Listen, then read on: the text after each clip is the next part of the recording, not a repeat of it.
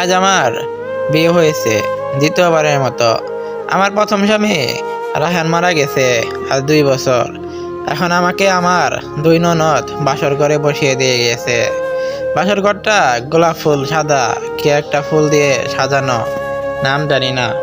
আর সেই সকাল থেকে বসে আছি, তাই কোমরটাও ব্যথা করছে। তাই একটু হাঁটি বলে খাট থেকে নামলাম।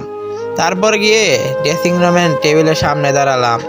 আয়নার আসছে, আমাকে সুন্দর লাগছে, কিন্তু প্রথমবারের মতো নয়। সে সময় মুখে একটা লজ্জা লজ্জা ভাব ছিল। রায়নের সাথে 3 বছরের প্রেম করে তারপর বাবা মায়ের আশীর্বাদ নিয়ে বিয়ে করছিলাম। সে বাসরাতের চোখের লজ্জা ছিল, কিন্তু সেই দিন রায়হানের ভালোবাসার ছোঁয়ায় সব ভুলে গেছিলাম।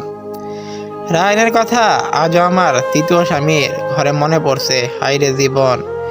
এমন সময় হঠাৎ করে যেন পায়ের শব্দ পেলাম, ছুটে খাটে বসলাম। নতুন বউ যেহেতু, এভাবে তো আর ঘোরাঘুরি করতে পারি না।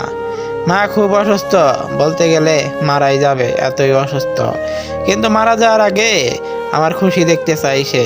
তাই বাবা তাড়াতাড়ি, তখন ফোন বাজছিল অনেকক্ষণ পর ধরি। তাই কাছে গিয়ে দেখলাম কাব্যের প্রথম স্ত্রী রিয়া ফোন দিয়েছে। আমি একটু অবাক হয়েছিলাম, কেন ফোন দিল। তারপর কাব্য এসে ফোন ধরলো। আমি জিজ্ঞাসা করিনি কেন ফোন দিয়েছেন, কিন্তু কাব্য কথা বলা শেষে করে বলল এবং নিজেই বলল, মীরা, রিয়া ফোন দিছিল, আর কিছু টাকা লাগবে, কি দরকার?